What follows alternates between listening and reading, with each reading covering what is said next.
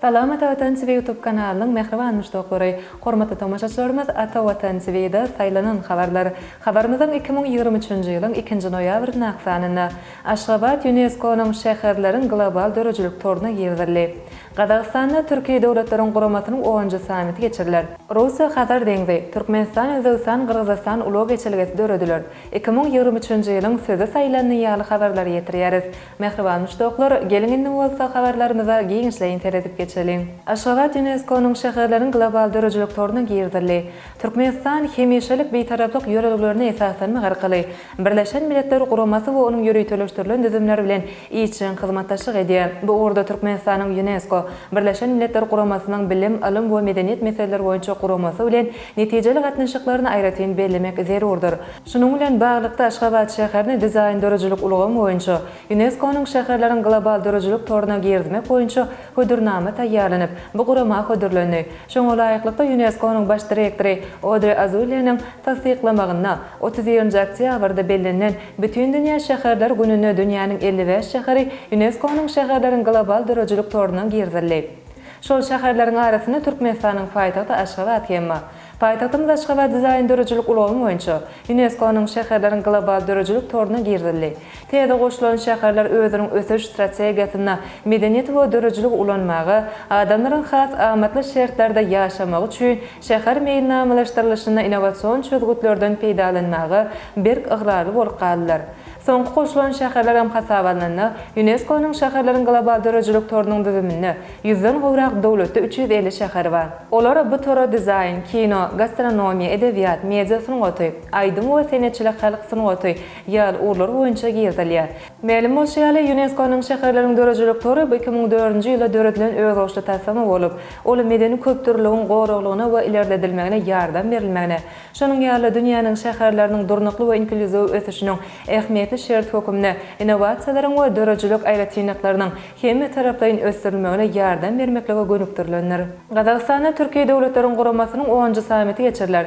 Ertir ýagny 3-nji noýabrda Qazaqstanyň paýtagty Astana şäherinde Türkiýe döwletleriň guramasynyň 10-njy samiti geçiriler. Oňa gurama agza hemde synçy döwletleriň döwlet we hökümet başlyklarynyň gatnaşmagyna garaşylýar. Guramanyň düzümine synçy bolup duran Wengriýanyň premier ministri Viktor Orban Qazaqstana bardy we iki taraplaryň duşuklar geçirildi. Özbegistanyň prezidenti Şawkat Mirziýaýew, Qırgyz Respublikasynyň prezidenti Sadar Japarow hemde Türkiýe Respublikasynyň prezidenti Recep Tayyip Erdoğanyň bu samitde gatnaşjakdygy ma'lum edildi. Samitiň gün tertibine guramanyň çägine esasanan sowda, ykdysady, maýy goýumlary, ulag we ara gatnaşyk, daşky urşaw, medeni ansamperör we beýlik uğurlarda köp taraplaryň hyzmatdaşlygyndan meýlekde ösdürmek meseleleri bar.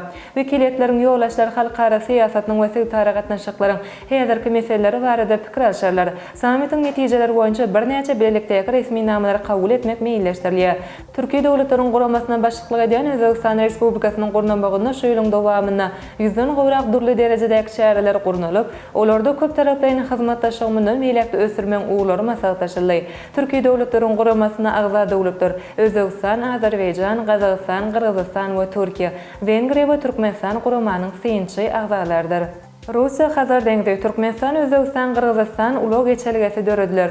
Şuň Özbegistanyň paýtagty Daşkent şäherinde Şanhay hyzmatdaşlyk guramasyna agza döwletleriň birinji ulag forumy hemde ykdysady hyzmatdaşlyk guramasynyň ulag ministrleriniň 12-nji mejlisi geçirildi. Bu forumlaryň çäklerini Russiýa, Hazar deňdi, Türkmenistan, Özbegistan, Qırgızstan halkara multimodal ulag geçirgesini döretmek we ösdürmek boýunça özara düşünişmek hakynda ähtnama gol çekildi. Özbegistanyň medeniýet habar bermegine görä bu ähtnama Özbegistanyň ulag ministri Ilham Mahamov, Russiýanyň ulag ministriniň ornasary Dmitri Zverov we Qırgyz Respublikasynyň ulag we kommunikasiýalar ministri Telek Tekabayev gol çekdi. Halkara forumda çykyş eden Özbegistanyň ulag ministri Ilham Mahamov ulag logistika ulgamyna hyzmatdaşlygy ösdürmek mümkinçilikleri barada gurrun berdi. Şeýle hem alternativ ulag uğurlaryny açmak, ulag ulgamda ülgüleri utgaşdyrmak barada teklipler öňe sürildi. Özbek ministri serhat ýaka zowlaklaryna we ulag ýollarynyň uğruna iri multimodal logistika merkezlerini döretmek teklip etdi. Şeýlekem forumun çäklerini Belarus, Russiýa, Gazagystan, Özbegistan, Owganistan, Pakistan halkara ulag geçelgesini döretmek we ösdürmek bagyty özara düşünmek hakynda ähtnama gol çekildi. Collins sözlügi 2023-nji ýylyň sözüni saýlady. Ol hem gysgaltma hökümine A, ýagny Emel A söz saýlanyp alındy. Şu ýylyň merkezinde Emel A boldy. Onuň ösüşi we biziň durmuşymyza aralaşmak depini köpleri gyzyklanardy. Ol häzirki wagtda günlük tehnologiýa öwrülýär diýip Collins sözlügi dolandyrjy direktory habar berdi. Sözlügi düzüjüleriň habar bermegine görä ýylyň sözü 20 milliarddan gowrak söz goru bolan Collins Corp'yň maglumat gorunyň seljelmeginiň netijesine belli boldy. Olar tutuş dünýädäki saýtlarda, gazetlerde, jurnallarda, kitaplarda, şeýlekem radiolarda, teleýylimlerde we günlük gepleşiklerde sarf edilen maglumatlar seljerdiler. Ine mehriban müştaklar, Ata Watan TV'de saýlanan habarlar gepleşigimiziň şuňky sanyna size ýetirmek isleýän habarlarymyz şoldan barat.